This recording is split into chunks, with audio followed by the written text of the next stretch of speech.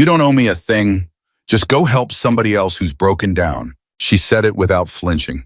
72 years old, grease on her hands, coffee going, cold on the workbench, and 6 enormous strangers standing in her garage at midnight.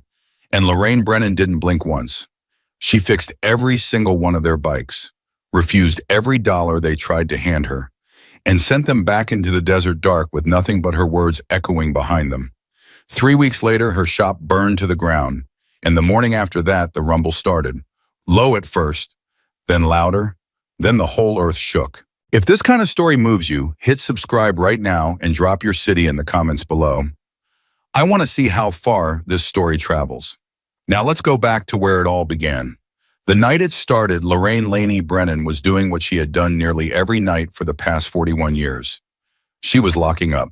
It was a ritual so familiar, her hands moved through it without her brain even sending the signal.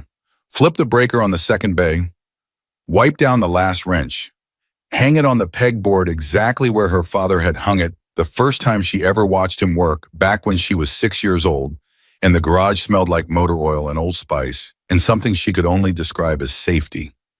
Check the coffee maker, turn the thermostat down 2 degrees, pull the chain on the overhead light. That was always the last thing, the chain on the overhead light. She reached for it on that particular Thursday in October, and that was the exact moment she heard it. Not a sound she could identify right away, more of a vibration, something coming toward her through the desert dark. She stood still and listened the way her husband Earl had taught her to listen when a car pulled into the shop. Before you ever look at it, though, Earl used to say, you close your eyes and you listen. The engine will tell you everything. You just have to be quiet enough to hear it. She was quiet enough.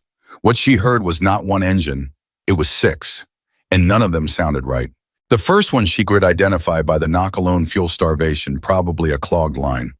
The second had a rattling that sat too high in the RPM range, which usually meant a heat shield or something worse. The third was barely running at all, misfiring on what sounded like 2 cylinders lurching forward in uneven bursts. She hadn't even opened the door yet, and she already had a preliminary diagnosis on 3 of the 6 machines trying to make it down her gravel drive. She pulled the door open. What she saw was 6 of the largest men she had ever encountered in 41 years of running a desert garage. They were not riding their motorcycles. They were pushing them. 6 grown men, leather-jacketed, road-worn, sweat-streaked, walking their bikes up her drive in the pitch dark like a funeral procession of steel and chrome. At the front of the group was a man who she would later learn was named Cole Matthews. He was maybe 50, built like a man who had spent his life doing physical work, with a beard that had gone gray at the edges and eyes that held the particular exhaustion of someone who had been solving problems for too many hours without sleep. He stopped at the edge of her light. "Ma'am," he said, just that, one word. Laney looked past him at the other 5 men, then at the 6 motorcycles, then back at Cole. "How far did you push them?" she asked. "About 4 miles, he said. Maybe 4.5.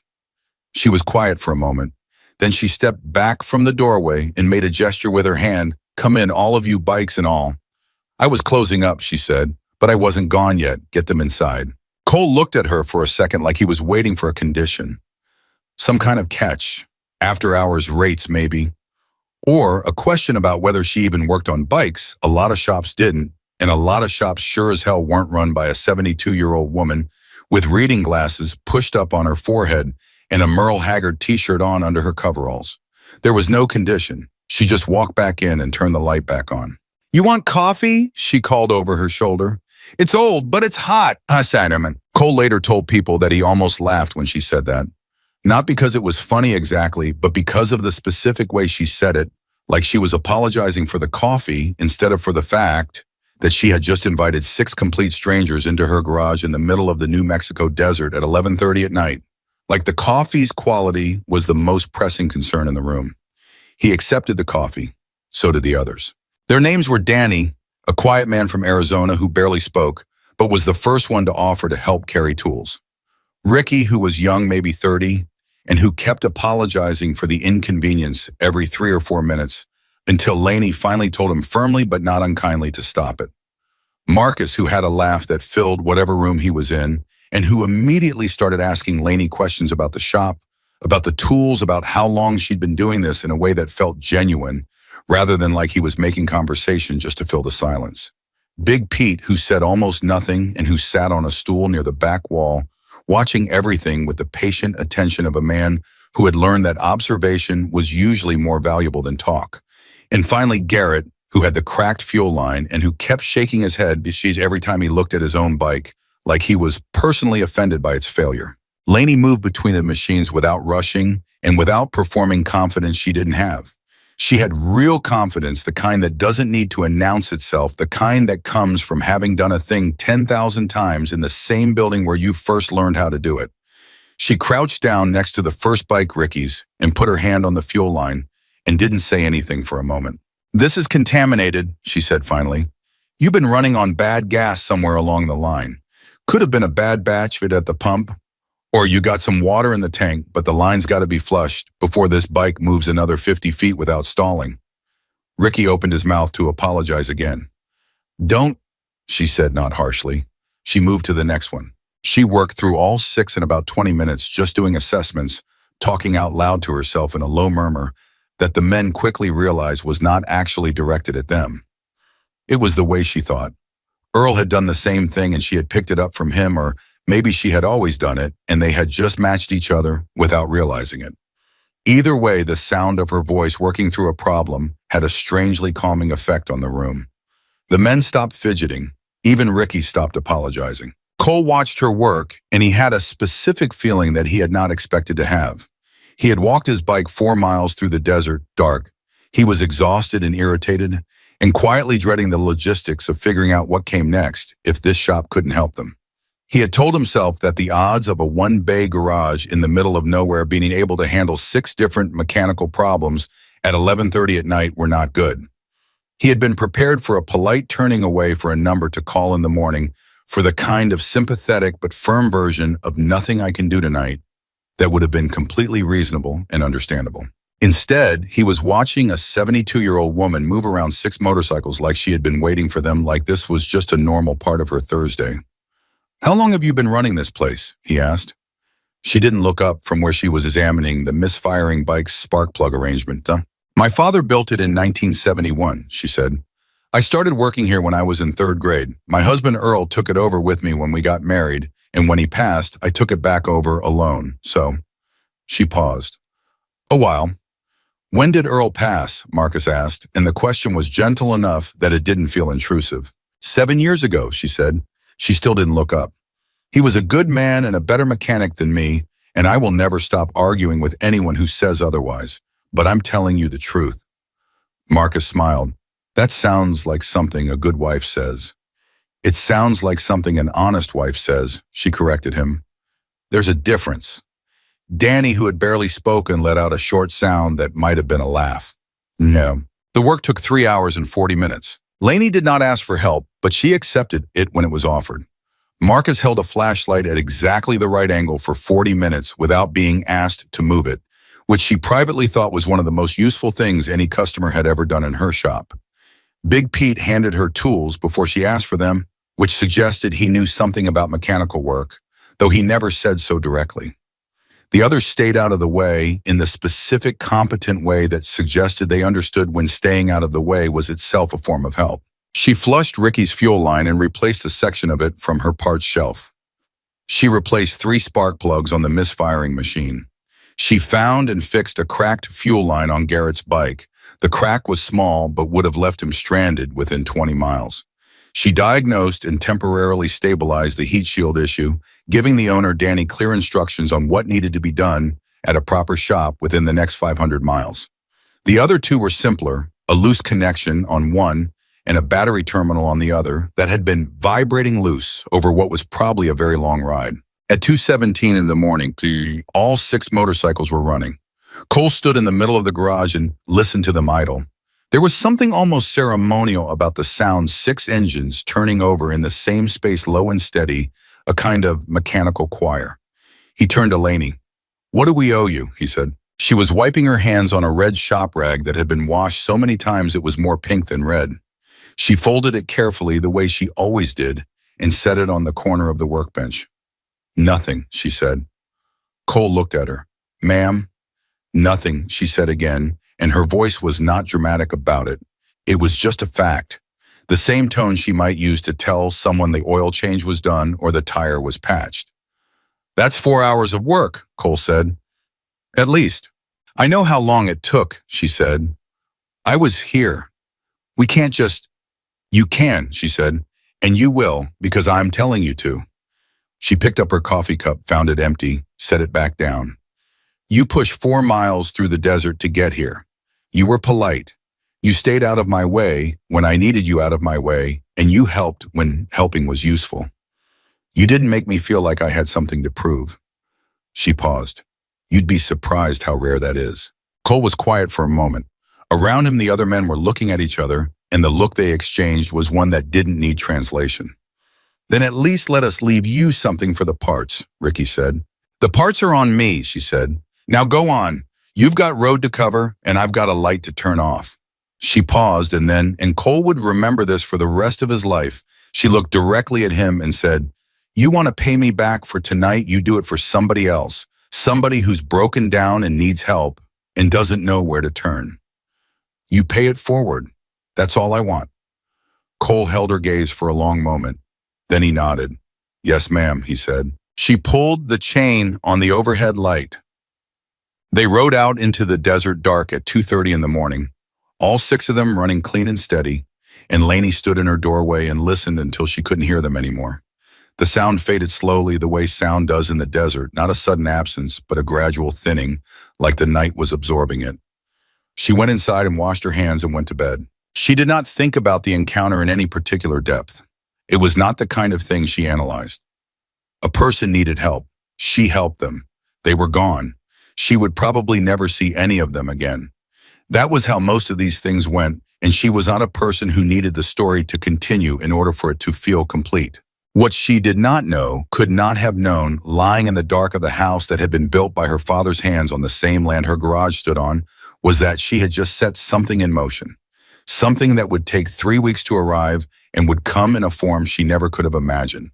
But before it arrived, something else would come first. Something much worse. 3 days after she turned off that light and watched 6 motorcycles disappear into the desert, Lorraine Brennan received the first letter. It came in a plain white envelope with no return address. The postmark was local Dorado County. Inside was a single sheet of paper with 3 paragraphs typed in a clean bureaucratic font, and what those 3 paragraphs said in the specific, careful language of legal intimidation was this: her property taxes were in arrears. Not catastrophically, she knew that she had known it for months. She had a payment plan in place that she had been maintaining, but the letter suggested otherwise. It cited a figure that was wrong, and it cited a deadline that was wrong, and it requested that she respond in writing within 10 business days or face potential proceedings. She put the letter on her kitchen table and sat down and looked at it. All right, she said out loud to the empty kitchen, to nobody. She called the county office the next morning when they opened and was told after 22 minutes on hold that there was some confusion and that her account showed a valid payment arrangement. The woman on the phone was apologetic and slightly baffled. She said she would make a note. She said Lainey shouldn't worry. She said these things sometimes happened when information got entered incorrectly. Lainey thanked her and hung up. She put the letter in a folder and went to work. The second letter arrived 4 days later. This one was from the county fire marshal's office, and it cited 3 specific code violations in her garage ventilation electrical panel clearance and storage of flammable materials. The violations were framed as serious. The letter required her to respond within 15 business days with a remediation plan or face citation. She sat down with that letter too. She had run that garage for decades. She had never had a fire code complaint in her life. The violations listed were technical, not fabricated, exactly because she could look at her garage and see that the language of the letter was describing real features of the building features that had been there for 30 years without anyone saying a word. But the timing of it coming 4 days after the tax letter set wrong in her stomach in a way she could not talk herself out of. She called her neighbor, a retired school teacher named Vera Hutchins, who had lived 2 miles up the road for 30 years, and described the situation without framing it as more than she knew it to be. Vera was quiet for a moment. Has anybody been around Lainey? She said. Anybody who maybe expressed some interest in your property? And that was when Lainey remembered Warren Hatcher. He had come to her garage 6 weeks earlier on a Tuesday afternoon when business was slow. He had driven up in a truck that was too clean for the desert, the kind of clean that came from washing it twice a week rather than from keeping it in a garage. And he had gotten out wearing clothes that were also too clean for someone who had come to discuss anything practical. He introduced himself with the particular heartiness of someone who had decided in advance that this encounter was going to go well. He said he represented a development company, he named it, but Lainey hadn't retained the name because she hadn't been interested, and that they were looking at several properties in the area, and that hers had come up as one that might be worth discussing. Discussing how, she had said. Purchasing, he said, still hearty, still confident, like the word was a gift he was presenting to her. She had looked at him for a moment. This property's not for sale, she said. He had smiled the smile of someone who believes that no one really means that the first time they say it. I understand this place has been in your family a long time, he said. That's something we really respect. We'd want to make sure the offer reflected that legacy. The answer is no, she said. He had left her a card and driven away in his clean truck, and she had put the card in the same junk drawer where she put everything she didn't intend to think about again. But now sitting at her kitchen table with a fire code letter in one hand and Vera on the phone in the other, she opened that drawer and looked at the card. Warren Hatcher, Regional Acquisitions Director. I think someone's pushing, she said. Vera didn't say anything for a moment. Do you have a lawyer? I had a lawyer, she said. Earl had a lawyer. He passed when Earl did, more or less. You need a lawyer, Lainey. I know, she said. But getting a lawyer cost money, and money was the specific resource she had, the least of a reality that Hatcher, if he was behind this, and she now believed that he was, certainly knew, because men like Warren Hatcher made it their business to understand the financial situations of the people they were trying to acquire. That was what made this particular kind of pressure so effective. It was not dramatic, it was not illegal, not quite. It was just relentless. Letter after letter, complication after complication, small pieces of friction applied consistently until the thing they were pressing on eventually gave way. She sat at that table for a long time. She thought about her father building this shop with his own hands. She thought about the first time he let her hand him a wrench. She was 7. The wrench was too heavy for her. She had nearly dropped it, and he had caught her wrist and guided her hand and not said a word except, good. She thought about Earl standing in the same garage on the day they opened it back up after they got married, the way he had looked around at every wall and every tool and every inch of it like he was making a promise to it. She thought about the smell of coffee and motor oil that had been the smell of her entire life. Nobody is taking this shop, she said, out loud, to the empty kitchen, to nobody. She meant it the way she had meant what she said to Cole Matthews, not dramatically, just factually. It was simply a true thing. Nobody was taking this shop. What she did not know, could not have known, was that in exactly 11 days the shop would be gone anyway, not because Hatcher won, not because she gave up, but because someone threw a bottle of fire through her window at 2 a.m. while she was asleep in the house 40 feet away, and the building that her father built and her husband loved and she had spent her whole life inside went up in a column of smoke that she watched from the end of her driveway, holding a brass key from Earl's toolbox, unable to do anything but stand there and watch the thing she loved most burn down to nothing. The fire marshal, the real fire marshal, not the one who had sent the letter, walked the site with her 2 days later. He was a young man named Ruiz, quiet and thorough, and he did not try to tell her it was an accident. We found glass fragments consistent with an incendiary device, he said. Multiple points of origin. I'm going to be honest with you, Mrs. Brennan. This was not electrical. She already knew that. Arson, she said. That's what the investigation will determine, he said. But yeah, I'm not going to stand here and tell you anything different. He paused. Do you have any idea who might have wanted to? Yes, she said. He looked at her. I have an idea, she said. I have a card with his name on it, and I have 2 letters from county offices that arrived in the 2 weeks before my shop burned down. I'll give you all of it. Ruiz nodded slowly. He looked at the ash and debris that used to be the building. He looked at her. He seemed, she thought, genuinely angry. Not in a reactive way, but in the slow, gathered way of someone who was going to do something about what he was feeling. We'll look into it, he said. I know you will, she said. She was standing with one hand in her pocket, and in her pocket was the brass key. She had carried it since the night of the fire.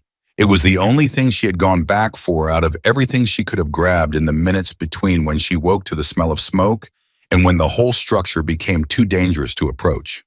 She had chosen the brass key, not because it was valuable in any material sense, because Earl had given it to her on the day they opened the shop together, and he had told her it was the key to the building, and she had never found a lock it fit. And when she asked him about it, he had just smiled and said, "It'll open something someday." She had kept it on a hook inside the shop for 7 years after he died. She was keeping it in her pocket now. She looked at the ash and debris and the bent frame of the tool wall she had helped her father build, and she thought about what Cole Matthews had looked like when he stood in her garage and listened to 6 engines running clean at 2 in the morning. She thought about his face when she said nothing.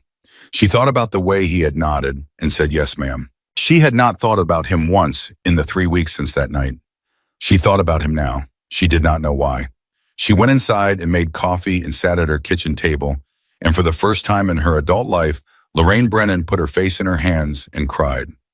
Not for long, maybe 4 minutes.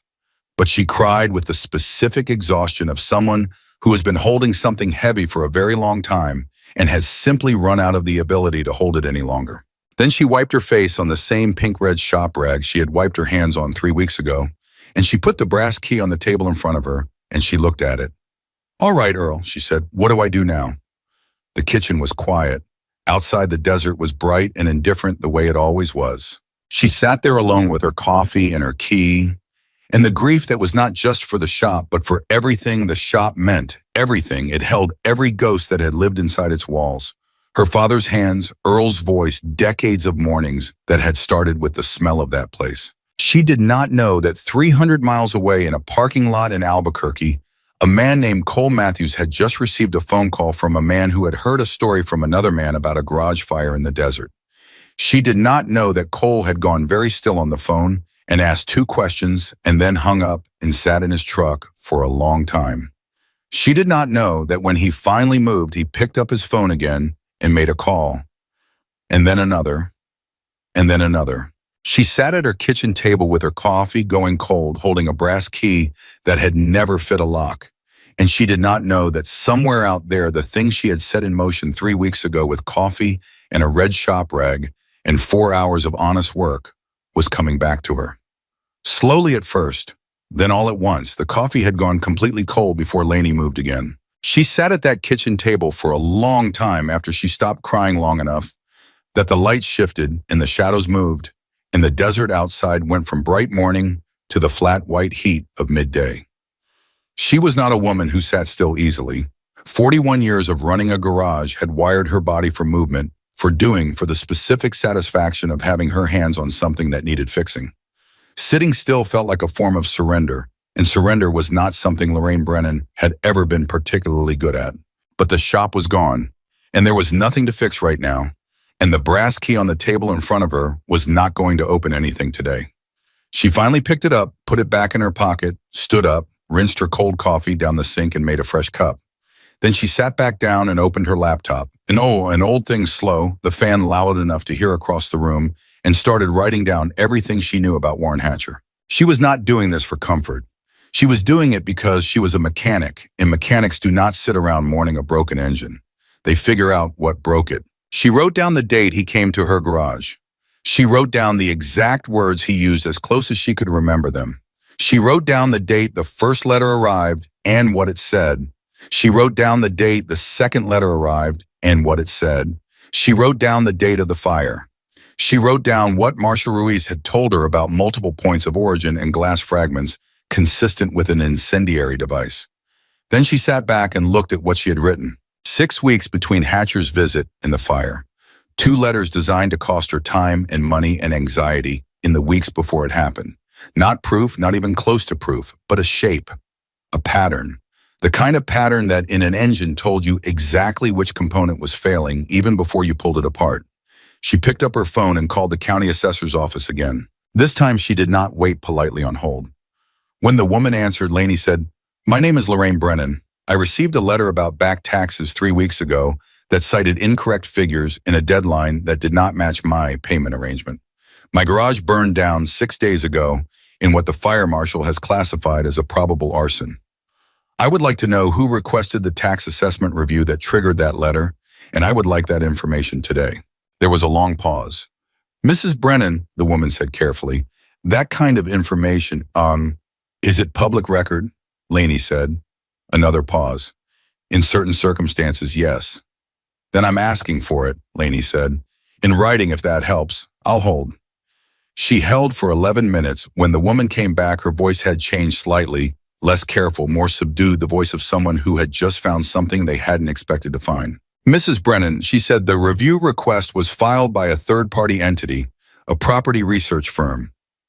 "What's the name of the firm?" Laney said. The woman told her. Laney wrote it down, thanked her, and hung up. Then she typed the name into the search bar on her old laptop and sat very still while the fan roared and the page loaded. The property research firm had one listed client on its publicly available portfolio page. One anchor client listed prominently with a small logo and a quote about professional service and regional expertise. The logo belonged to Warren Hatcher's development company. Laney stared at the screen. "There you are," she said quietly. "Bang." She called Marshall Ruiz 20 minutes later and read him everything she had written, including the name of the firm and the connection she had found online. He listened without interrupting, which she appreciated. When she finished, he said, "Mrs. Brennan, I want to be clear with you about something. What you've found is genuinely useful, and we will look into every piece of it. But I need you to understand that connecting a development company to a tax review request is a long way from connecting them to an arson. People hire research firms to investigate properties they want to buy. That's not illegal." "I know that," she said, "and I don't want you to." "I'm not going to do anything," she said. "I'm not that kind of person. I'm just telling you what I found because you asked me if I had any ideas, and I have ideas, and you should have all of them." He was quiet for a moment. "Yes, ma'am," he said. "I appreciate that." "Marshall," she said, and her voice shifted just slightly. "Do you have any sense of the timeline on the investigation?" "These things take time," he said. "Weeks, sometimes months. I won't lie to you about that. And in the meantime," she said, "I have no shop. I have no income. I have a legal situation that may or may not involve forged or manipulated documents. And a developer who knows all of that and is probably waiting to see how long I can last before I call him back." Ruiz was quiet again. When he spoke, his voice was different, not the careful professional tone, but something more direct and more human. "Do you have anyone, family, neighbors, someone who can—" "I have Vera," she said, "up the road. She's been calling every day." "That's something," he said. "That's something," she agreed. She hung up and sat in the quiet and thought about the brass key in her pocket and the clean truck that had pulled into her drive 6 weeks ago, in the face of a man who believed that nobody really meant no the first time they said it. Then her phone rang. She did not recognize the number. New Mexico area code, but not a number she knew. She almost let it go to voicemail, but something, some instinct she couldn't name made her pick it up. "Mrs. Brennan," said the voice on the other end. It was a man's voice, deep, measured, with the particular calm of someone who spoke carefully because he had learned that how you said a thing mattered as much as what you said. "Speaking," she said. "My name is Cole Matthews," the voice said. "I don't know if you remember me." And there it was. Laney felt something move in her chest. Not a dramatic thing. More like the way a door moves when a draft finds it just slightly, just enough to notice. "I remember you," she said. "I heard about your shop," Cole said. "I heard it burned." "It did," she said. "I'm sorry," he said, and he meant it. She could hear that he meant it, which was different from the way people usually said they were sorry, which was mostly a reflex, a social automatic, like saying, "bless you" after a sneeze. He meant it the specific way that people mean things when they have been thinking about them before they say them. "How did you hear?" she said. "A friend of mine knows someone in Dorado County," he said. "Word got to me. I've been sitting on whether to call. I wasn't sure if it was my place." "What made you decide it was—" There was a pause. "You did," he said. "What you said that night, you said to help somebody who's broken down. And you're the one who's broken down right now." Laney was quiet for a moment. Outside, a truck went by on the highway, the sound rising and falling in the way desert sounds did there, and then gone.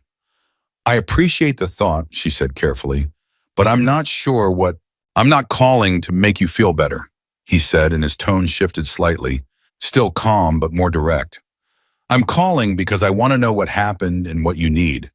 Those are two different questions, but they're both important, and I'd rather ask them plainly than talk around them. Something about that disarmed her in a way she hadn't expected. All right, she said, plain then. And she told him everything. The letters, the developer, the assessment firm, the fire marshal, what Ruiz had found, what she had found, the brass key, all of it. She talked for almost 20 minutes, and Cole Matthews did not say a single word the entire time, except twice once quietly when she described the fire, God Laney, and once at the very end when she described finding the property research firm tied to Hatcher's company, son of a bitch. She almost smiled. Yeah, she said. Are you safe? He said. Right now in your house, are you safe? It was not a question she had asked herself. It hit her harder than she expected. I think so, she said. Think or no, she said, because she needed to say it and because she believed it was true.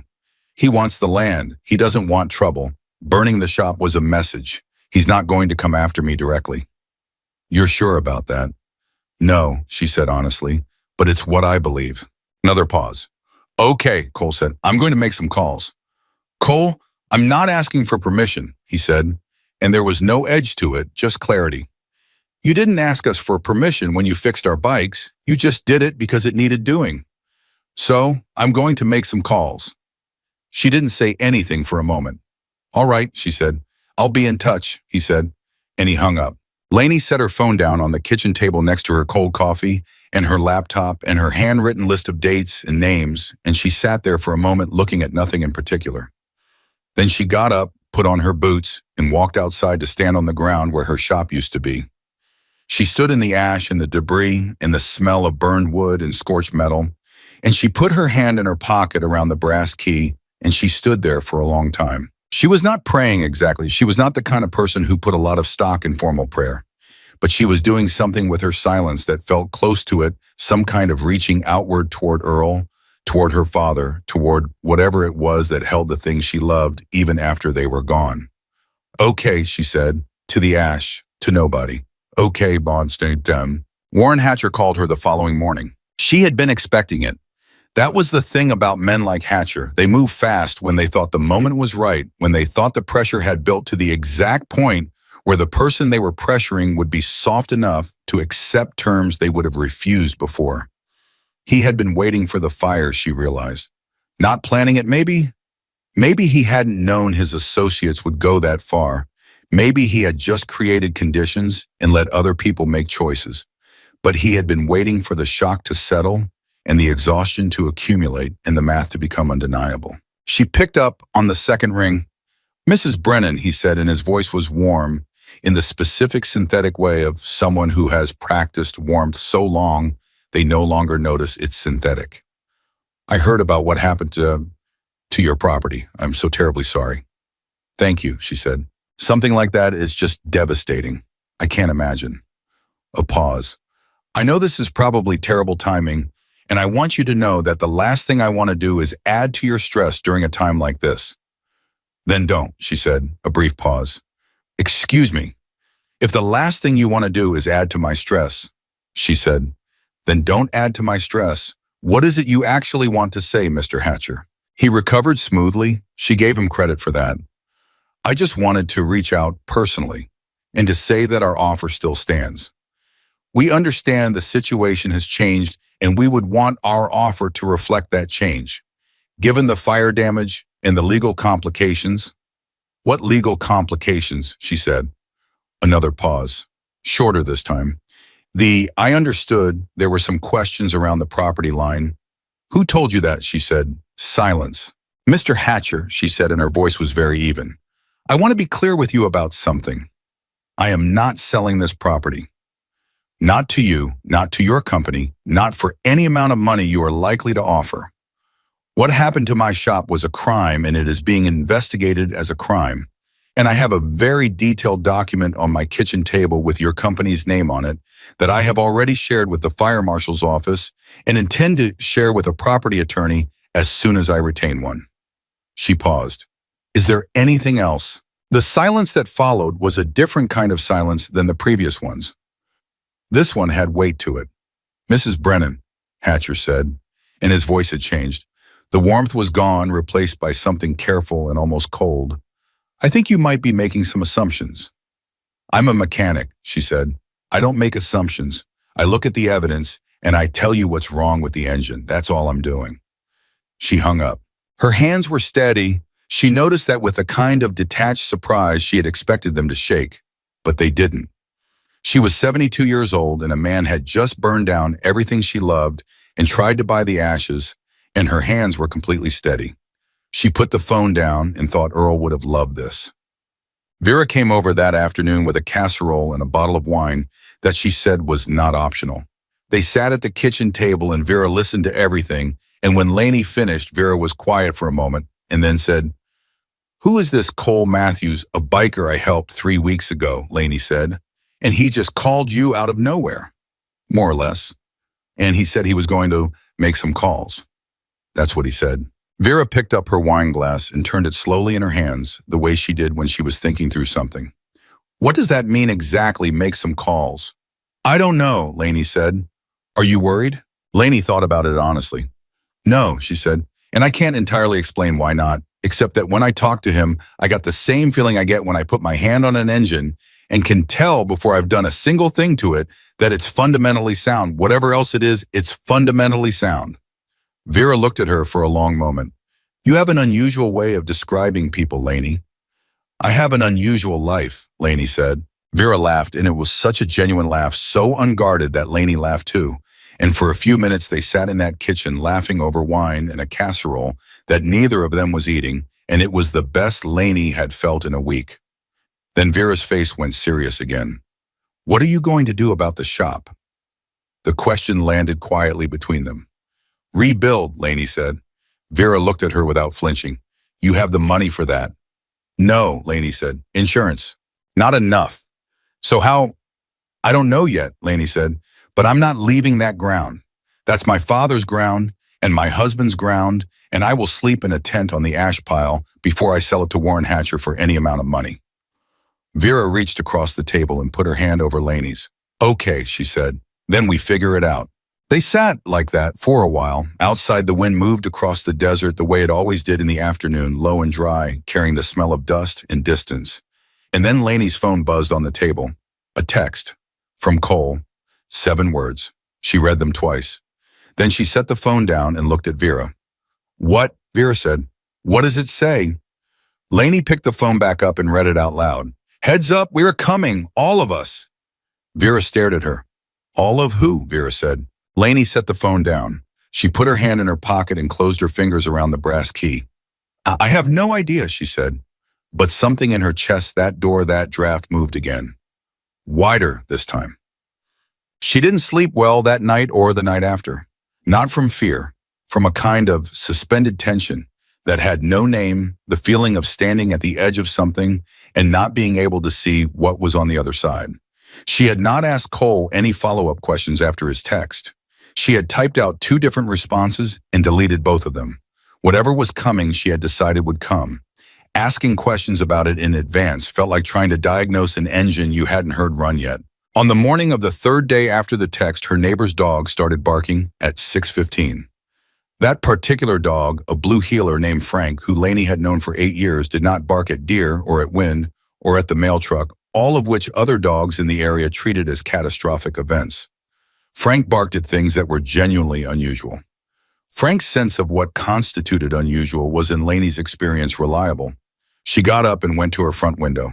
Down the highway, maybe a quarter-mile out, she could see headlights. Not 1 pair, not 2, many. Spread out across the road in a long, moving line, too many to count in the early light, coming toward her from the direction of the highway junction at a steady, unhurried pace. She stood at the window and watched. The sound reached her before they did.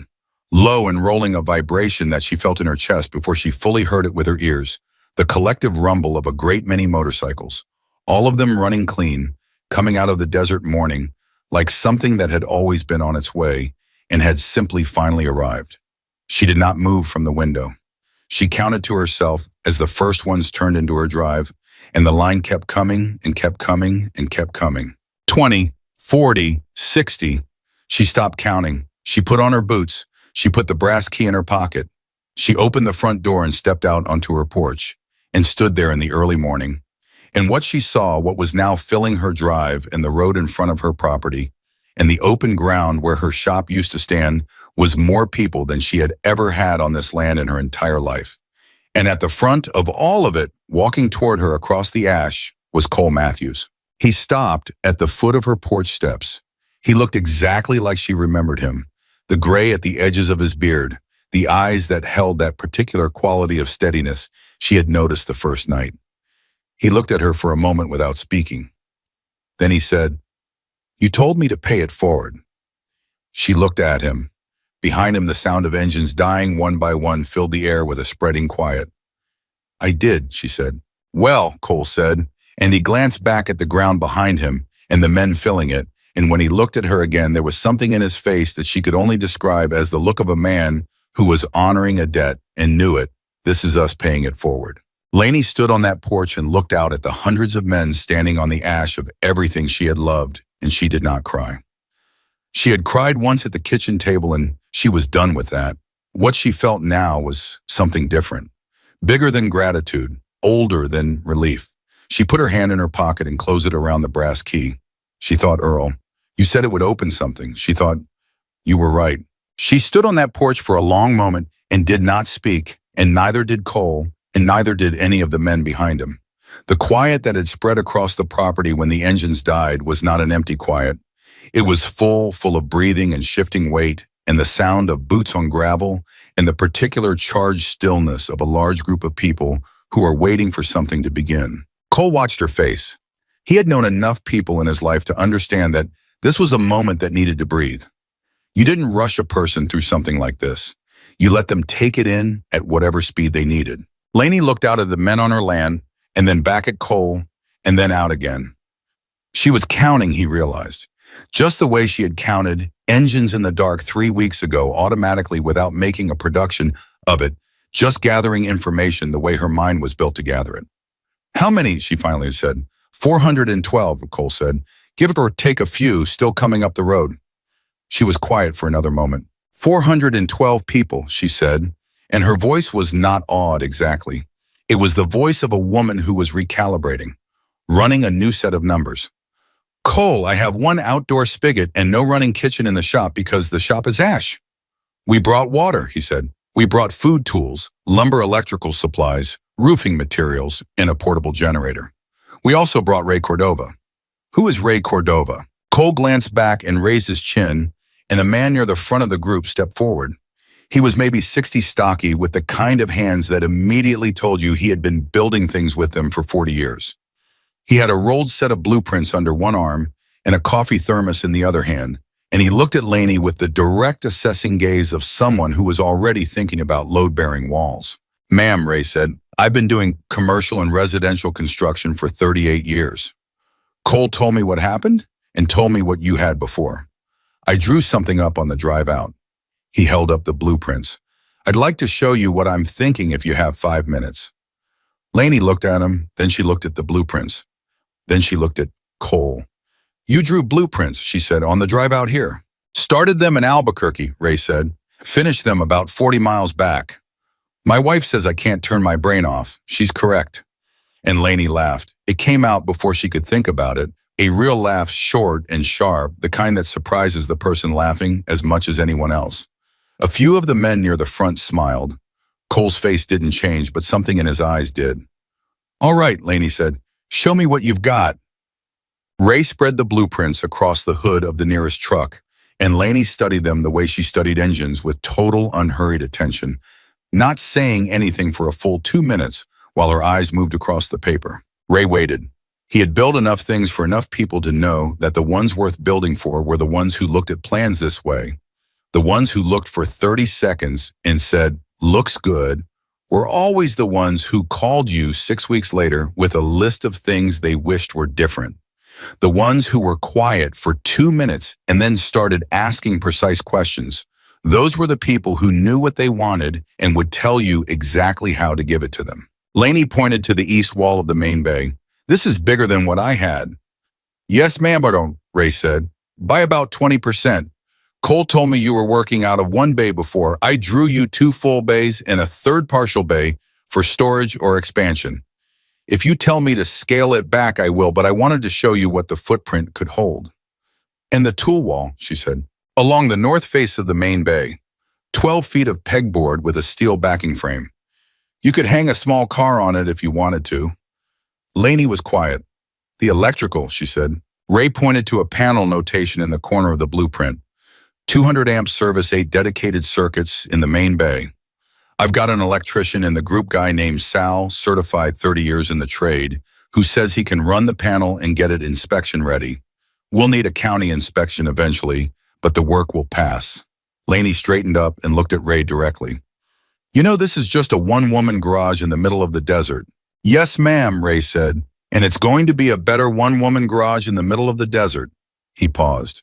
If that's all right with you. She looked at him for a moment longer. Then she looked down at the blueprints again. The workbench along the south wall, she said.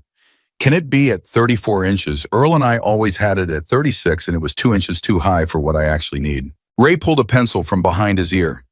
34 inches, he said, and made the notation without comment, without making her feel like the measurement was too small a detail to matter. Because it wasn't. Because a workbench at the wrong height was 2 extra inches of strain on your back every single day, and over a lifetime that added up to something real. Okay, Lainey said. She straightened up again and turned to face the men on her land, 400 and more of them quiet and waiting. She had a feeling she could not entirely name something between overwhelmed and completely clear, which was a combination she had not experienced before, like being inside a storm that was also somehow calm. She said loudly enough for the front rows to hear and for the words to carry, I don't know most of you. I don't know where you came from or how far you drove, and I don't know how to thank you for being here, so I'm not going to try right now. What I'm going to do instead is put you to work, because that's the only thing I know how to do with the people I respect. There was a sound through the crowd that was not quite a cheer and not quite a laugh, something in between, something approving and genuine. Cole, standing just behind Ray, nodded once. Ray, Lainey said, where do we start? Footings, Ray said, and his voice shifted into a different register, the register of a man with a plan and 400 pairs of hands to execute it. We start with the footings. What happened in the next 6 hours would later be described by every man who witnessed it as something they struggled to explain to people who weren't there. It was not the efficiency exactly, though the efficiency was extraordinary. It was the quality of the attention. 400 people focused on a single purpose, without ego and without competition, and without the particular social friction that usually slows things down when large groups of people try to work together. Cole had organized them before they arrived. He told Lainey this later. Sitting on the tailgate of Ray's truck during a 15-minute break around noon, into crews of 20, each crew with a lead who knew what needed to be done and had done it before. Framers with framers, electricians with the electrical crew, roofers together, concrete work coordinated through Ray himself. How did you organize all this in 3 days? Lainey said. I made calls, Cole said, to 400 people. I made calls to 10 people, he said. They each made calls to 10 more, and so on. He paused. That's how this works. That's how it's always worked. Lainey thought about that. The mathematics of it were not complicated, but the trust they implied was something else entirely. The idea that 10 calls could become 400 because of a web of obligation and relationship and shared values that was strong enough to move people across state lines for a woman most of them had never met. Who are they? She said. All of them. Cole was quiet for a moment. People who have been helped, he said finally, or people who have helped, sometimes both. We don't all know each other, but we know the same things matter. She looked at him. Are any of them what people think of when they hear the words motorcycle club? He met her gaze without blinking. Some of them have that history, he said. Some of them still have those affiliations. None of that is here today. What's here today is people who heard a story about a woman who fixed 6 bikes for free at midnight and then had her shop burned down by a man with a checkbook and no conscience. That story traveled. He paused. Stories like yours always travel. Lainey was quiet. Does it bother you? He said. Who some of them are? She thought about it honestly. She was a woman who took people as she found them, and what she had found today was 400 people on her land with tools in their hands and a willingness that had no calculation in it. Ask me that again at the end of the day, she said. He almost smiled. Fair enough. By mid-afternoon, the framing was going up. Lainey had not planned to be on the floor. She had told herself she would stay out of the way, that this was their project to execute and her job was just to answer questions when asked. But she lasted about 45 minutes on the sidelines before the pull of it became impossible to resist. She moved first to where the framing crew was working because she had done framing work herself and because she could see from 20 feet away that the angle on a corner joint was slightly off. She touched the arm of the man holding the frame. He was young, maybe 25, with an expression that shifted to surprise when he registered who had touched him. That corner, she said. You're going to want to check that angle before you nail it. If that's off by even half a degree this far down in the frame, you'll see it in the roofline later. He looked at the corner, then he pulled out a level, and then his expression changed from surprise to respect. You're right, he said. I know, she said not unkindly. Do you want me to show you how to set it? He handed her his level. That was how Lainey Brennan ended up in the middle of her own construction site working alongside men, half her age and then a third her age, talking through the logic of each step, not as a boss directing labor, but as a craftsperson sharing knowledge with other craftspeople. She moved between crews without plan, drawn by what she saw offering when she had something to offer her, and stepping back when she didn't. The men responded to this the way people respond to genuine expertise, with attention and with the particular respect that can't be manufactured. Sal, the electrician, caught her at the panel location around 3 in the afternoon. Mrs. Brennan, he said, I want to ask you something before I run these circuits, and I need you to answer honestly. That's the only way I answer, she said. You've got this space for 2 full bays and a partial third, he said. But the way Ray's drawn the panel, if you ever decided to add a hydraulic lift in the second bay, you'd need to redo about 60 feet of conduit to get the amperage there. I can run it now. It's maybe another 2 hours of work, and it won't cost anything extra in terms of material because we brought more than we need. But I want to know if that's something you'd actually use, because I don't want to put it in if it's just going to sit there. Lainey looked at him for a moment. I've wanted a hydraulic lift in the second bay for 30 years, she said. Earl and I talked about it every year, and every year the money went somewhere else. Sal nodded. Then I'm running the conduit. Thank you, she said. Don't thank me, he said, already turning back to his work. Just keep fixing bikes that break down. The twist came at 4:17 in the afternoon, and it came in the form of a dark blue sedan that turned off the highway and came slowly up her drive and stopped at the edge of the work zone where 2 of the larger men in the group had naturally positioned themselves without being asked. Warren Hatcher got out of the car. He was dressed the way he always dressed, too clean for the desert, but he looked like a man who had not slept well. He looked like a man who had made a calculation and was now questioning it. He looked, Lainey thought, from across the site where she stood with Ray and Cole, like a man who had expected the problem to resolve itself and had arrived to find that it had resolved itself in the most unexpected possible direction. Cole saw him before Lainey said anything. His body didn't change. He didn't tense, didn't shift, didn't make any movement that could be read as aggressive. He just turned to look the way a man turns to look at something that has entered his field of awareness and needs to be assessed. That him, Cole said quietly. That's him, Lainey said. You want to talk to him? Yes, she said immediately. You want company? She thought about it for exactly 2 seconds. No, she said, but stay close enough to hear. Cole nodded. She walked across the site toward Hatcher. She was aware of the men around her tracking this without stopping their work the way a room tracks something without turning to look at it. The work continued. The hammers kept going, but the awareness shifted and she could feel it. Hatcher watched her come and his face did the thing his face always did. The attempt at warmth, the performance of reasonableness, but it was thinner than it had been on the phone. She had rattled him. The fire marshal investigation and the documents she had submitted had rattled him, and now 400 people on a piece of land he had expected to acquire at a discount were rattling him in a way that she suspected no amount of professional composure training could fully conceal. Mrs. Brennan, he said. Mr. Hatcher, she said. He looked past her at the construction behind her, at the framing going up and the electrical crew and the roofing materials staged and ready, and the 400 men moving through it all with the purposeful calm of people who know exactly what they are doing. What, he started, then he stopped, then he tried again. What is all this people helping me rebuild, she said. He looked at it for another moment. Something moved behind his eyes. She watched it happen. The calculation, the rapid adjustment of whatever plan he had been running. Mrs. Brennan, he said, dropping his voice to something that was trying to be conciliatory, I think we may have gotten off on the wrong foot. I want you to know that whatever happened, whatever happened with the fire, I want to be very clear that my company had no. Mr. Hatcher, she said, and her voice was perfectly even. I'm going to stop you right there. Not because I don't want to hear what you have to say, but because anything you say to me from this point forward, I am going to write down and give to Marshal Ruiz, who is actively investigating the fire on this property.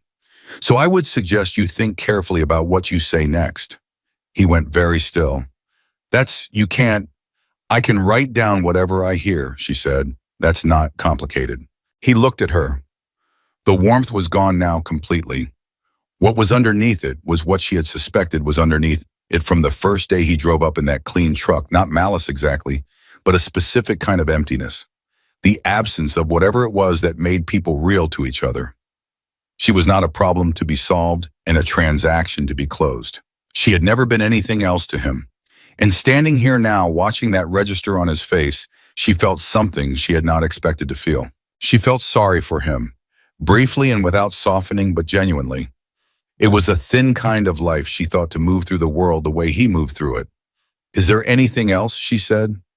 He looked past her one more time at the construction, at the roof framing going up against the afternoon sky, at the 400 people who were there because she had fixed 6 bikes for free at midnight. He didn't say anything. He got back in his car. He drove away. Lainey watched him go. Then she turned back to the site. Cole was exactly where he said he'd be close enough to hear. He raised his eyebrows slightly. Done, he said. Done, she said. He nodded. Then let's get back to it. The day moved fast after that. Fast in the way that time moves when you are completely inside something, not watching it pass, but living inside each minute so fully that you stop tracking them. Lainey stopped tracking time sometime around 5 in the afternoon and just worked and talked and answered questions and stood next to Ray while he made decisions and occasionally asked her to make them instead.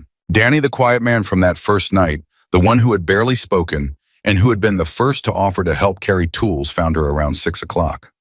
She was on a stool near the north wall drinking water and resting her knees, which had been complaining since around 4. He sat down next to her without asking, and they were quiet together for a moment.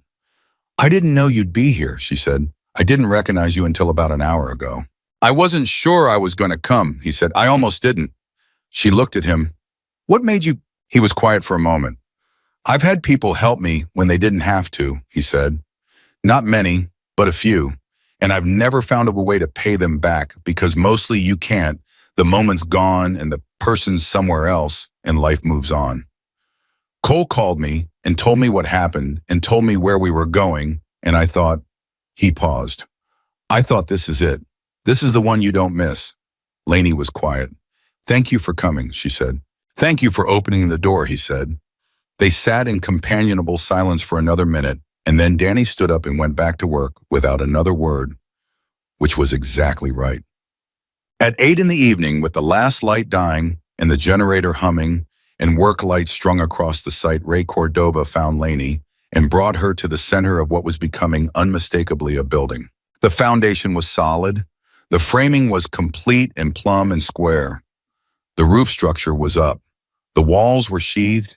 In a single day, one single day, the bones of a new shop had risen out of the ash of the old one, and what surrounded it was not the cramped single bay her father had built, but something larger and sturdier, and built to a standard that her father would have approved of, and Earl would have walked through, slowly touching each wall the way he touched things he loved. Ray stood next to her and looked at it.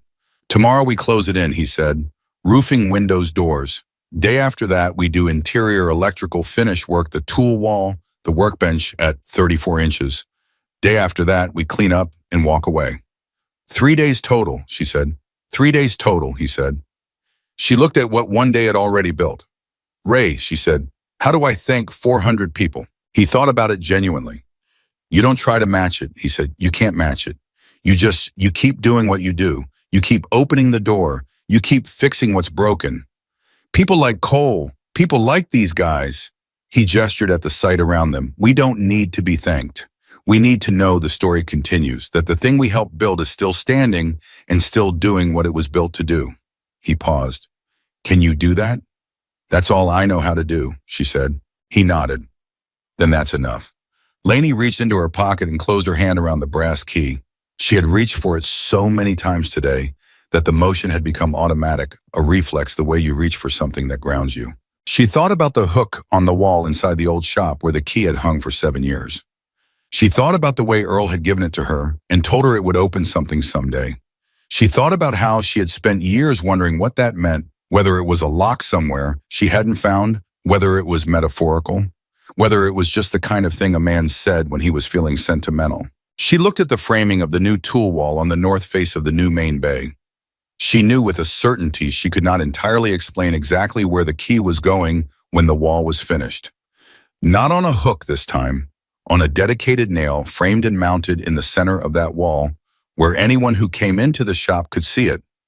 Not as a decoration, as a reminder that the things you do for people without expecting anything in return are the things that come back to you in forms you never could have imagined. She stood in the frame of the new shop in the place where the door would be and looked out at 400 people making fires and eating and laughing and setting up sleeping arrangements and doing all the ordinary human things that people do when they are in a place where they feel they belong. And Lorraine Brennan, 72 years old, grease-stained, knee-sore, holding a brass key in one pocket, and 30 years of grief and love and stubbornness in the other, felt something unlock in her chest that she had not known was locked. She stood there and breathed it in. Outside the desert, dark had come down full and clean, and somewhere out there, Warren Hatcher was driving back to wherever he came from, and somewhere Marshall Ruiz was building a case, and somewhere Earl was wherever people went when they were done here, and the key was in her hand, and the shop was going up out of the ash, and 400 people were on her land. She thought, I am not alone. She had not let herself think it before today. Not fully, not without immediately following it with a list of practical realities that made it complicated. But tonight, standing in the frame of the door that was going to be hers, she let it be simple. She was not alone, and she never had been, really. She had just been waiting without knowing she was waiting for this specific moment to make it undeniable. She slept 4 hours that first night, not because she couldn't sleep more. Her body was asking for more, her knees and her back and her hands all filing their complaints in the particular detailed language of a 72-year-old who had just spent 12 hours on a construction site. But because at 5:15 in the morning, she heard the first sounds of men moving outside, and she could not stay in bed while other people were working on her land. It was simply not in her. She made 2 pots of coffee, then a third. Then she found that 3 of the men early risers, all of them, the kind who couldn't sleep past dawn, regardless of how late they'd been up, had already started a camp stove situation near the east edge of the property and were producing scrambled eggs in a quantity that suggested they had done this kind of thing before. She walked over with a mug of coffee and the man at the stove, a compact, efficient man named Gene, who she would later learn was a retired Army cook from Tucson, looked at her and said, "Sit down, Mrs. Brennan. Eat something. The building will wait 15 minutes. I didn't ask what you need," Gene said pleasantly. "I told you to sit down and eat something." There's a difference. Someone nearby laughed. Lainey sat down and ate scrambled eggs and drank coffee with 4 strangers in the early morning dark, and it was one of the better breakfasts she could remember having in a long time, which surprised her and then didn't surprise her at all. By 6:30, the site was fully alive again. Ray was already moving through the framing with a clipboard, making notes, checking last night's work against the light of a new day, the way a good builder always checked, not because he doubted it, but because the morning showed things the afternoon hid. He found 2 places where he wanted additional blocking in the wall framing and had crews on it before 7. He found that the roofing crew, which had started laying underlayment by flashlight the previous night, had gotten 40% of the main bay covered before they stopped, which put them significantly ahead of schedule. "How far ahead?" Lainey asked him, walking the perimeter of the site with her coffee. "If the weather holds and the roofing crew keeps this pace, we close in the main bay by noon," Ray said.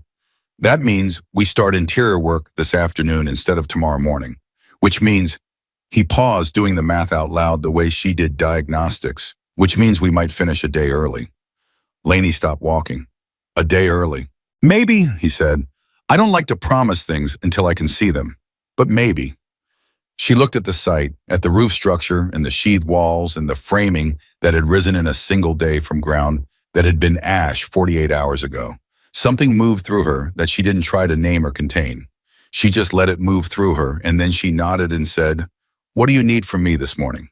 "The tool wall layout," he said. "I want you to walk it with me and tell me exactly where everything goes. Not approximately exactly. Because the guys doing the mounting this afternoon are going to do it once, and do it right, and I want them working from your specifications, not my assumptions." "Give me 10 minutes, she said. "Take 20, he said. "Eat your eggs first." She almost smiled. "You and Jean should start a club." "We've known each other for 15 years, Ray said. "We basically already have."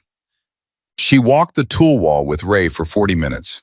It was, in its way, the most personal conversation she had with anyone during those 3 days, more personal even than the conversations with Cole, which had their own weight and significance. Because the tool wall was where her father's hands lived. It was where Earl's logic lived. The arrangement of tools on a wall was not arbitrary. It was the accumulated wisdom of decades of knowing which thing you reach for, after which other thing, which groupings made sense in the middle of a job, when your hands were dirty and you needed to move fast, and you needed the right tool to be exactly where your hand expected it to be. She described it to Ray in the specific language of someone who had spent 40 years reaching for the same things in the same order, and Ray wrote it all down without editing or questioning, and when she finished, he read it back to her, and it was exactly right, every word of it. "You're good at this," she said. "At taking notes," he said. "At listening," she said. He considered that. "My first boss told me the most important tool on any job site was your ears," he said. He was a difficult man in about every other way you can imagine, but he was right about that. She nodded. She looked at the blank north wall of the main bay, the one that by evening would hold the organized shape of her working life. "Ray," she said, "there's one more thing I need on that wall. In the center about eye level for me, I need a single nail, heavy gauge, the kind that can hold real weight." He wrote it down. "What's going on at—" "A key," she said. "A brass key. My husband gave it to me when we opened the original shop. He said it would open something someday." Ray looked at her for a moment. "And did it—" She looked at the framing around her, at the 400 people on her land, at everything that had come from one night of fixing 6 bikes for free. "Yeah," she said. "I think it did." Ray wrote it down. "Heavy gauge nail center of north wall eye level, 1 brass key." He looked up. "We'll make sure it goes up last. So it's the final thing." She looked at him. "That's exactly right," she said to him. The morning moved fast. The roofing crew worked with a rhythm that was almost musical. The pattern of it, the coordination, the way each man knew where the next piece went without being told, created a sound that Lainey found herself listening to between conversations, the way you listen to something you don't want to stop. By 10:30, the main bay was 60% closed in. By noon, Ray's prediction was vindicated. The main bay roof was done. There was a moment right at noon when the last piece of roofing went down on the main bay, and the crew lead, a man named Torres, who had been roofing since he was 17, and who moved across a roof the way other people moved across flat ground, stood up and raised a fist without saying anything, and everyone below who had been watching knew what it meant, and there was a sound from the crowd that was not quite a cheer, but was something more substantial than approval. Something that Lainey felt in her sternum. She was standing with Cole when it happened. He looked at her when the sound went up. "You okay?" he said. "More than okay," she said. He nodded. He started to say something, and then didn't, and she let the silence sit there between them for a moment before she said, "What were you going to say?" He looked at her sideways. "I was going to say that I've been part of a lot of these, helping people, showing up when something needs to be done. And I don't usually—" he paused. "It doesn't usually feel like this." "Like what?" "Like it matters this much," he said. "Not just the building, all of it." He was quiet for a moment. "You're a specific kind of person, Lainey. The kind that's hard to find and easy to lose track of, which is a shame because the world runs on people like you. It runs on the ones who open the door and fix the engine and don't ask for anything back. And usually those people they just keep doing it quietly until they can't anymore, and nobody notices until they're gone." He stopped. "I noticed," he said. "We noticed. That's all." Lainey was quiet for the long moment. "Earl would have liked you," she said finally. "Tell me about him," Cole said. So she did. Standing on the edge of her own construction site at noon on the second day, while 400 men worked around her and the sun went straight overhead, and the smell of sawdust and fresh lumber was everywhere. She told Cole Matthews about Earl Brennan. She told him about the day they met. She was 26. She had oil on her face. He had come in with a truck that needed a water pump. And he had looked at her with the specific, surprised respect of a man who had expected one thing and found something better. She told him about the way he laughed, which was with his whole body, which she had always loved because it was completely unguarded.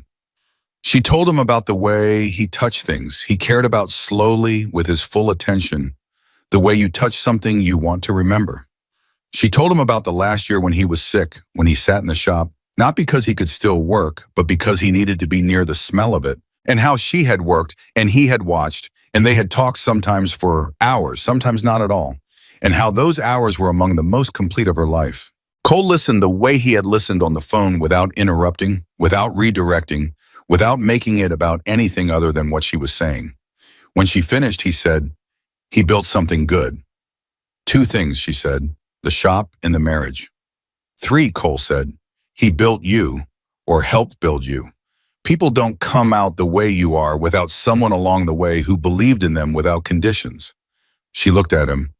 "You're smarter than you look," she said. He laughed, really laughed, and it was a good laugh, the kind Earl would have recognized. "My ex-wife would dispute that pretty strongly," he said.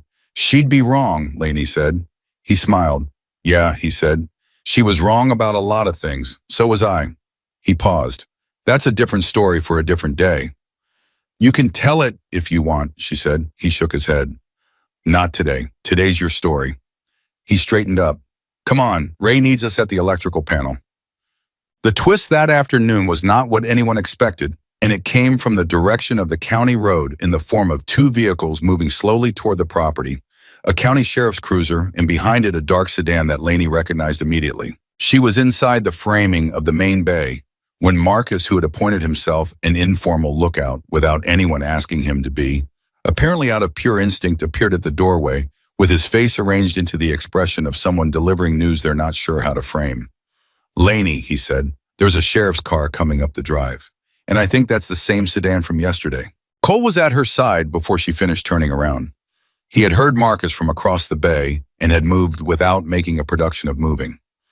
"You want to handle this, or you want company?" he said. "Company," she said, this time without hesitation. They walked out together. Behind them, without any signal or instruction, the work on the site slowed, not stopped, but slowed, and a number of the larger men drifted casually toward the front of the property in the specific unhurried way of people who want to be available without being threatening.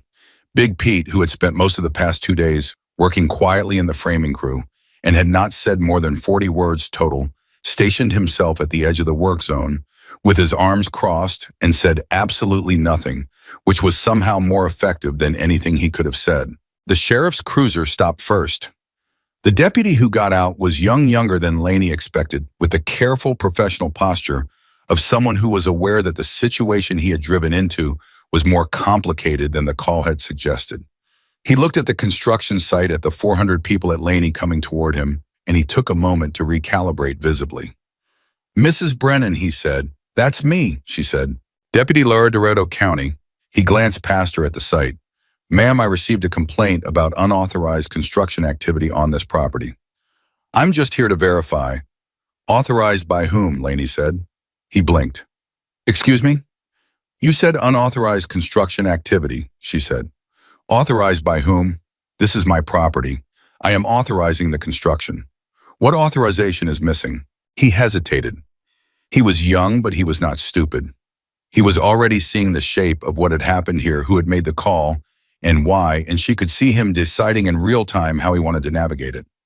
"Ma'am, the complaint cited a lack of building permits for the new structure." "We're applying for emergency reconstruction permits," said a voice behind Laney, and she turned to find that Ray Cordova had appeared with his clipboard. He handed the deputy a folder.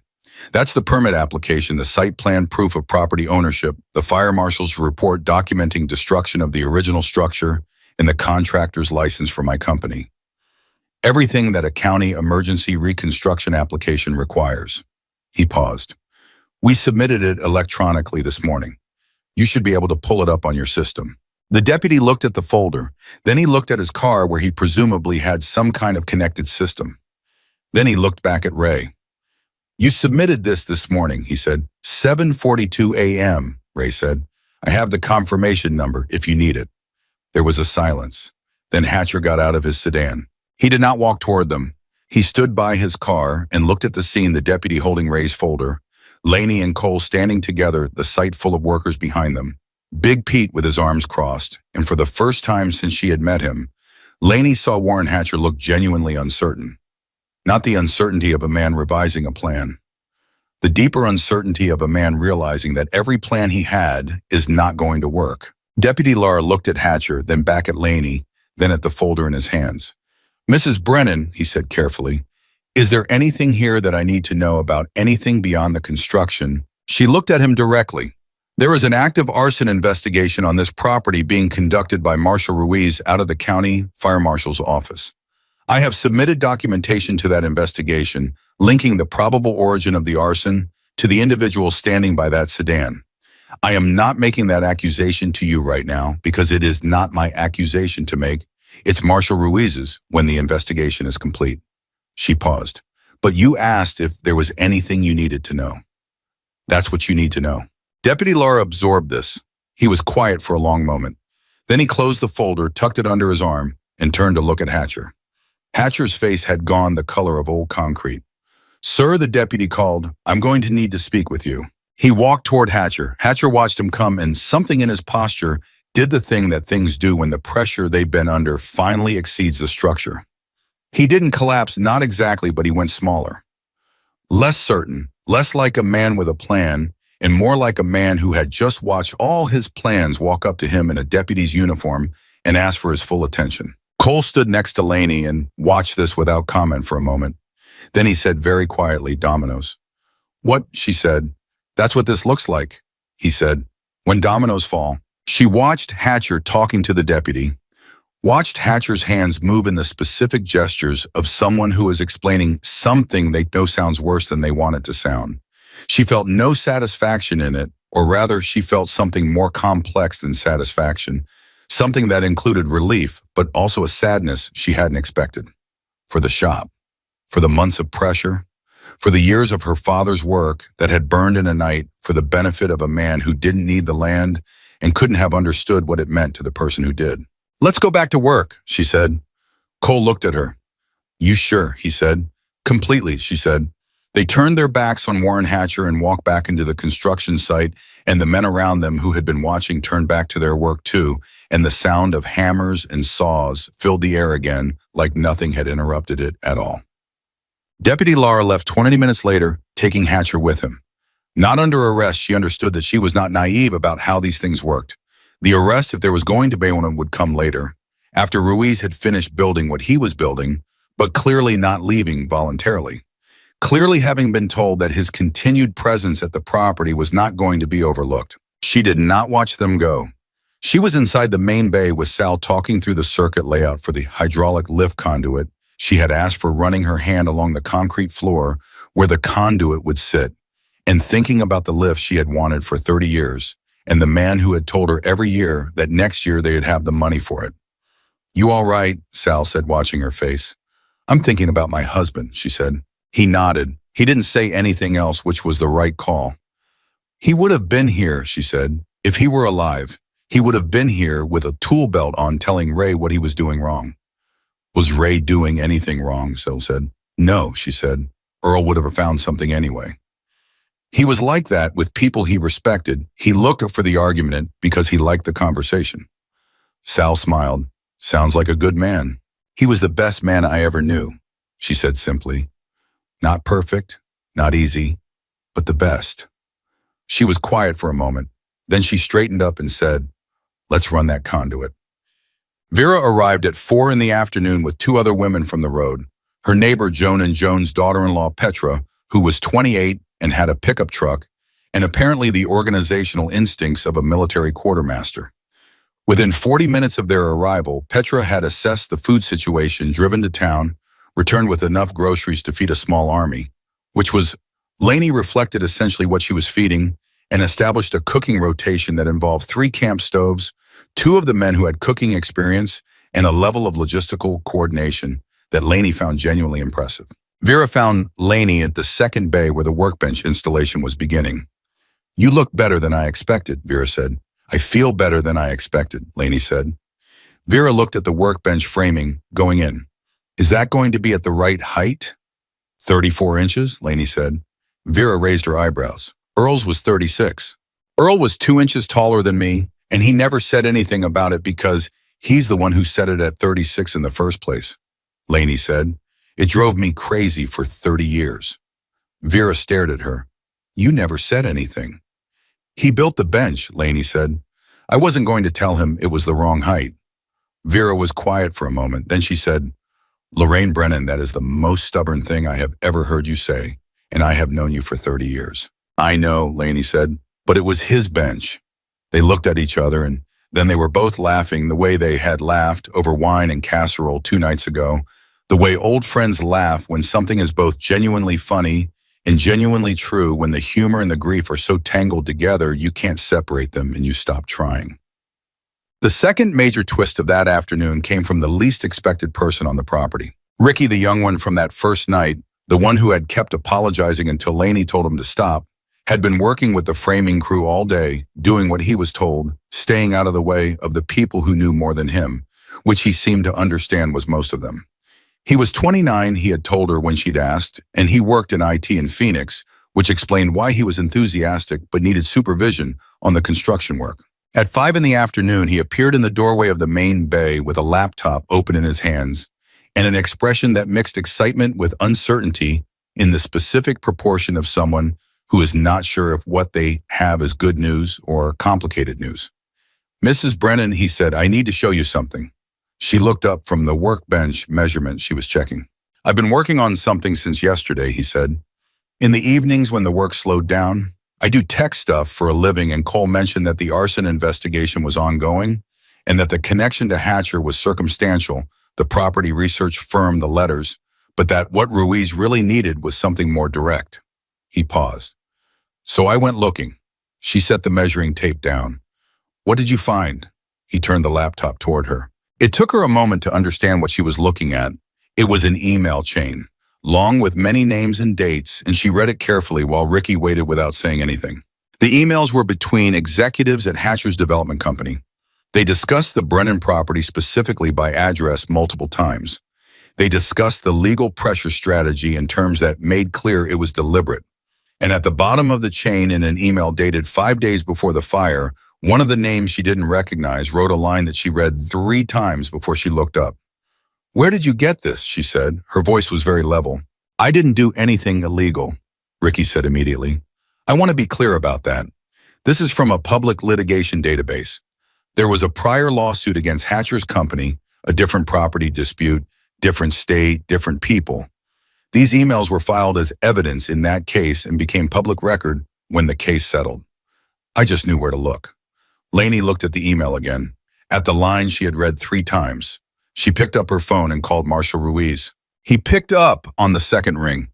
"Ruiz," he said. "It's Laney Brennan," she said. "I have a 29-year-old IT specialist standing in my garage who found something in a public litigation database that you need to see today. Not tomorrow. Today." There was a pause. "What kind of something?" "The kind that connects the name Warren Hatcher to the word accelerant in an internal company email sent 5 days before my shop burned down," she said, "in the context of a prior property dispute where similar methods were apparently discussed." The silence on the other end of the phone lasted 4 seconds exactly. "I'm on my way," Ruiz said. Laney hung up and looked at Ricky. He was standing in the doorway of a shop that had not existed 72 hours ago, holding a laptop that might have just changed the trajectory of the legal case against the man who burned the previous one down, looking at her with the expression of someone who still wasn't sure if he'd done the right thing.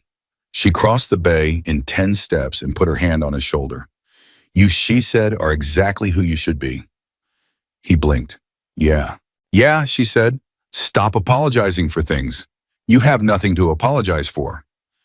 He looked at her for a moment, and then something shifted in his face, some held thing released, and he nodded. "Okay," he said. "Yeah, okay." Ruiz arrived in 40 minutes.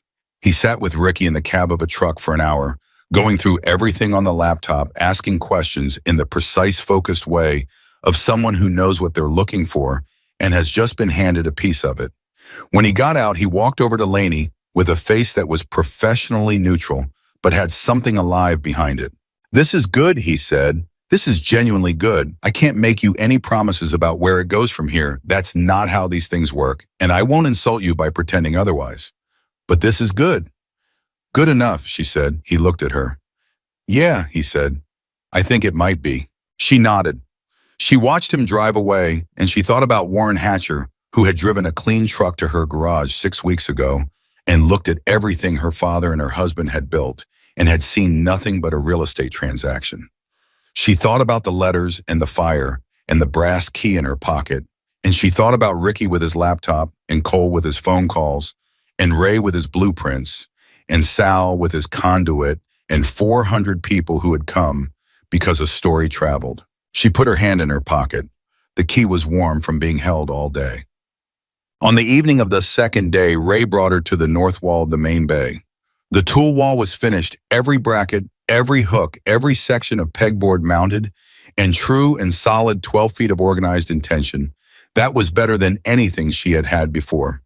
He handed her a heavy gauge nail already set in a pilot hole at the center of the wall, exactly at her eye level.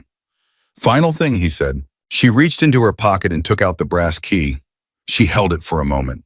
The weight of it was familiar by now. She had carried it for weeks, had reached for it in grief and uncertainty and exhaustion, and something approaching hope. And now she held it here in the new shop on the evening of the second day, and every person who had been working inside the bay had stopped and was watching without making it a ceremony. Just present the way people are present for things that matter. She hung it on the nail. It caught the light from the work lamp overhead and threw a small, warm reflection against the pegboard. She stepped back and looked at it. She thought, "Earl, you said it would open something someday." She thought about everything it had opened. The grief that had become movement, the isolation that had become 400 people, the ash that had become this, the closed thing in her chest that had unlocked 2 nights ago on the porch. She thought, yeah, it opened everything. Behind her, nobody said anything for a moment. Then Cole from somewhere in the bay said quietly, "Good place for it." "Yeah," she said. She didn't turn around. She kept looking at the key on the nail on the wall of the shop that was being built out of kindness and stubbornness and the specific, irreducible human belief that what you do for people without asking for anything in return is never wasted, never lost, never truly gone. "Yeah," she said again. "Good place." The third day dawned the way the first two had early clear, with Jean already at the camp stove before the light was fully up. But something was different about this morning, and everyone on the property felt it without saying it. The difference was the particular quality of a last day. Not an ending exactly, but the specific weight of something that has been enormous and is now becoming complete. And everyone who had been part of it was moving through that knowledge in their own way. Lainey felt it the moment she opened her eyes. She lay in her bed for 30 seconds, which was longer than she had allowed herself either of the previous 2 mornings, and she looked at the ceiling and she thought, today it finishes. She thought after today they leave. She thought after today it is mine to carry forward. She got up, put on her boots, and went out to have breakfast with Jean. He handed her a plate without being asked. She sat on the same stool as the previous 2 mornings and ate and looked at the shop taking its final shape in the early light. And for a long moment, neither of them said anything. Then Jean said without looking up from the stove, "You going to be all right when we're gone?" "Yes," she said. "You say that fast," he said. "Because I mean it fast," she said. "I was all right before you came. I'll be all right after." He was quiet for a moment. "That's not the same kind of all right though, is it?" She looked at him. He was still focused on the stove, still not looking at her, but he had said the true thing and they both knew it. "No," she said, "it's not the same kind." She paused. "But it's still all right. That's not nothing." He nodded. He handed her a second cup of coffee. "No," he said, "that's not nothing." Ray walked the completed structure with her at 7 in the morning before the full crew was moving, just the 2 of them going through each section the way a doctor does a final check. Thorough, unhurried looking at everything rather than assuming they already know what they'll find. The main bay was solid. The framing was plumb, the roofing was tight, the electrical panel was mounted and labeled in Sal's precise handwriting. 8 circuits clearly marked the hydraulic lift conduit running clean along the east wall to the spot she had chosen. The tool wall stood on the north face exactly as she had described it to Ray 2 mornings ago, every hook and bracket and section of pegboard in the precise location her 40 years of muscle memory had mapped. At the center of it, at her eye level, the brass key hung on its heavy-gauge nail and caught the morning light. She stood in front of it for a moment. Ray stood behind her and said nothing. "It's right," she said finally. "Yes, ma'am," he said. She moved to the workbench. She put both hands flat on it and pressed down with her full weight, the way she always tested a new surface, not a gentle tap, but a real test, the kind that found weakness if weakness was there. The bench did not move, did not flex, did not give even a fraction of an inch. 34 inches, she said. 34 exactly, Ray said. She stood at the bench and reached for an imaginary tool, and the motion was completely natural, completely right, and she felt it in her shoulders and her neck. The absence of the 2 inches of strain she had lived with for 30 years without ever saying so. She turned to face Ray. "I have one thing to say to you," she said. He waited. "If you ever need your vehicle worked on," she said, "you bring it here. Anytime, day or night. No charge. For the rest of your life." Ray looked at her. Something moved across his face. He was not a demonstrative man. She had understood that about him from the first hour. But this moved him in the specific, quiet way that real things move people who don't perform being moved. "I drive a 2009 F250 with 140,000 miles on it," he said. "Then you'll be seeing me regularly," she said. He put out his hand. She shook it. "It was an honor, Mrs. Brennan," he said. "Laney," she said. "It was an honor, Laney," he said. "Ma'am." The morning was interior work, finished details, cleaning up the 100 small, final things that turn a structure into a space. Sal and his crew completed the electrical finish work by 10. The second bay was swept clean by 11. 3 men whose names she had never gotten spent 2 hours organizing the hardware and fasteners and spare materials that had been left deliberately Ray's doing. She realized he had ordered more than they needed, and the surplus was now stacked neatly on the storage shelves of the partial third bay, enough to keep her going for months. She moved through it all, and she shook hands, and she said thank you, and she meant it every single time, which took effort, not because the gratitude wasn't real, but because saying thank you 400 times while meaning it each time is a specific kind of work. She did not cut corners on it. Every man who had been here for 3 days deserved a real thank you, and she gave each one a real one, looking them in the eye, saying something specific rather than something generic, because generic was easy, and these people had not given her anything easy. Ricky found her at 11:30. He was packed and ready, his bag over his shoulder, his laptop in its case. He looked at her with the expression she had come to associate with him, the one that was still slightly uncertain around the edges, still carrying the ghost of the kid who apologized too much, but less so than 3 days ago. Noticeably less. "I called Marshal Ruiz this morning," he said. "He wants the full file, everything I found. I'm sending it to him before I leave." "Good," she said. "He said the investigation is moving faster than he expected," Ricky said. He didn't say more than that, but he paused, choosing the word, like someone who has what they need. Laney absorbed this. She thought about Hatcher, about the clean truck and the synthetic warmth and the line in the email that she had read 3 times. She thought about justice, which in her experience was rarely the clean, dramatic thing people imagined it to be. More often it was slow and procedural and arrived without fanfare in a courtroom or a settlement or a quiet revocation of a license. She did not need the fanfare. She needed the property to stay hers and the investigation to find what it was going to find. "Thank you, Ricky," she said. "For that specifically." He nodded. He started to say something and stopped. "What?" she said. "I was going to say, I'm sorry I can't do more," he said. Then he caught himself, and a slightly surprised expression crossed his face. "I almost apologized." "You almost did," she said. "Old habit," he said. "Break it," she said. "You've got nothing to apologize for.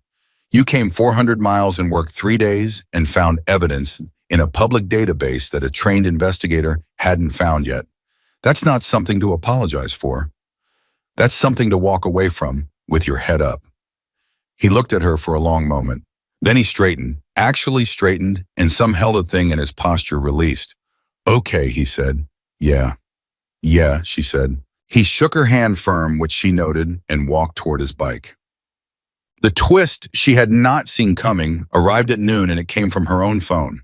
She was standing at the edge of the property watching the first groups of men preparing to leave when it buzzed with a number she didn't know, a Texas area code. She almost let it go. Then she answered. "Is this Lorraine Brennan?" said the voice on the other end. A woman's voice, young, slightly nervous. "It is," Laney said.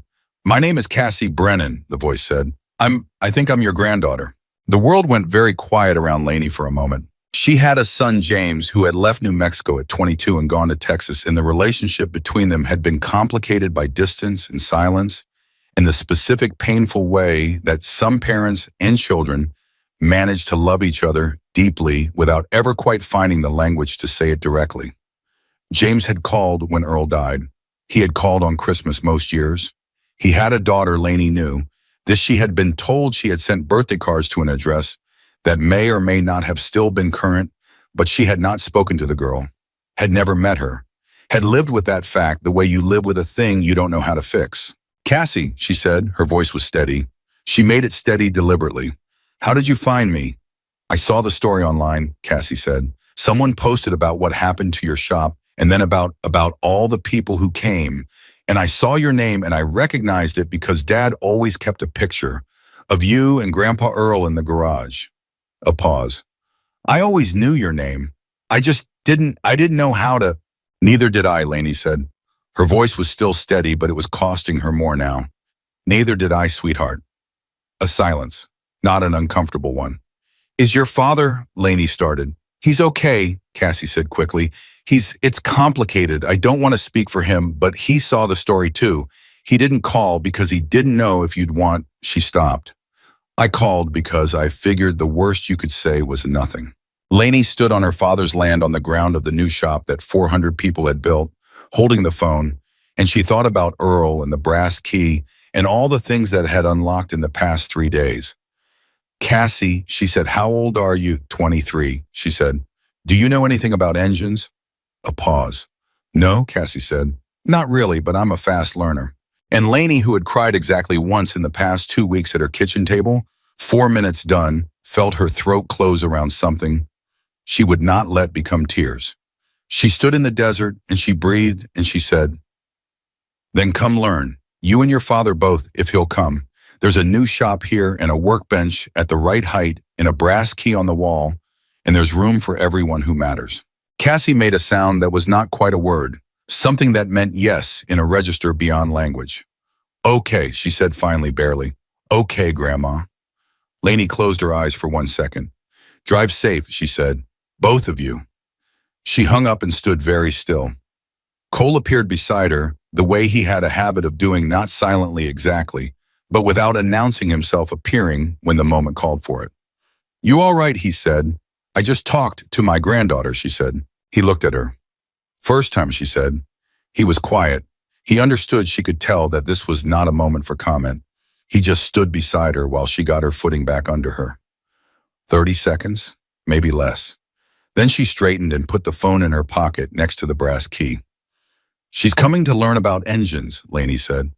"Good cause," Cole said. "Her father too, maybe." "Even better," he said. She nodded. She looked out at the property, at the men preparing to leave, at the shop standing solid and clean where ash had been 72 hours ago. "Tell me something, Cole," she said. "If I can," he said. "When you made those calls," she said, "when you called 10 people and they each called 10 more, did you know it would be this? Did you know it would be 400 people in 3 days?" And she gestured, unable to finish the sentence. He thought about it genuinely, the way she had come to expect him to think about things before he answered them. "No," he said. "I knew people would come. I knew they'd come ready to work. But this," he shook his head slightly, "this happened because of you, Laney, not because of me. I made calls. You made the reason to make calls. That's a difference that matters." She looked at him. "You're going to come back," she said. Not a question. "Every spring," he said. "If that's all right." "It's all right," she said. "Come hungry. I'll have coffee." "Old but hot," he said. "Fresh," she said. "I have a new shop. I can do better than old but hot." He smiled, the full version, the one she had been seeing pieces of for 3 days, finally complete. They began leaving at 1 in the afternoon. Not all at once, gradually, in the way that things which have been alive and present begin to thin and separate and move back toward their own lives. The sound of engines starting one by one and then in groups filled the property with the same rumble that had announced their arrival 3 days ago, but moving in the opposite direction, now carrying something different. Not anticipation, but completion. Not arrival, but the sound of a debt honored. She stood on her porch and she watched them go. Cole was the last. He walked his bike to the road, the same bike she had fixed on a quiet October night that had started all of this, and he stopped at the end of the drive and looked back at her. She raised her hand.